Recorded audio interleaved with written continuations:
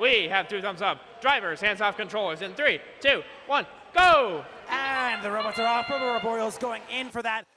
Close lobs, only getting 1 in there, but Aftershock also only getting 1. And they were seeing some far shots. Girlbots not shooting anything, but we're going to maybe see that come up in auto. Purple Royal is making up for it, shooting 2 more. We're seeing a pretty close auto here, 9-6. Blue Alliance coming up for it. 2, 3, 6, 6, 7 going in from that loading zone. Gonna take another far shot. Maybe one more.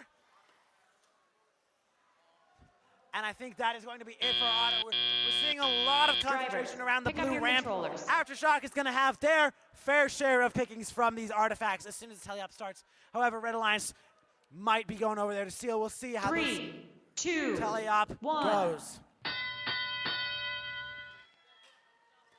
21945 going over there, trying to pick up any stray artifacts. Gorbot's coming in, shooting some quick lobs from their pre-placed artifacts into the ramp, into the red zone. But we're seeing Nano Ninjas continue to score on this side.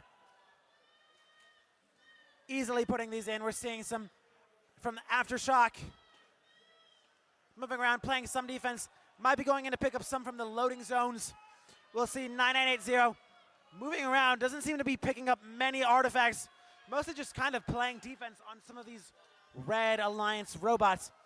However, Nano Ninjas continuously just cycling back and forth between this loading zone and this close, trying to put up as many points as possible.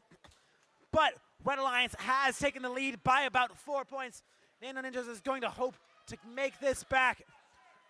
But it is a close game. We're seeing a lot of defense from Aftershock. Red Alliance is going to have a hard time getting around this tough robot. And now we're seeing 21945 go over there, try and mess with that loading zone.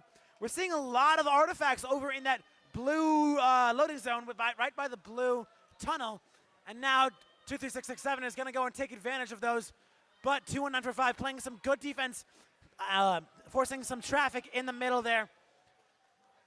Blue is doing a good job keeping that ramp pretty unobstructed. However, Red, on the other hand, that ramp is full. They're not going to be able to score any without a point decrease before they lower that gate.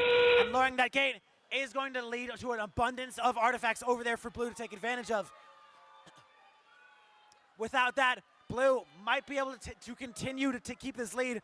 Like we're seeing now, they're at a 10-point lead. But Red Alliance might be able to get some motif points here in the last couple bit. The Blue Alliance takes the victory to 114. We score of 119 to 100, a low scoring affair, but good enough for 4 ranking points. Next up, match 115 results going up on the board.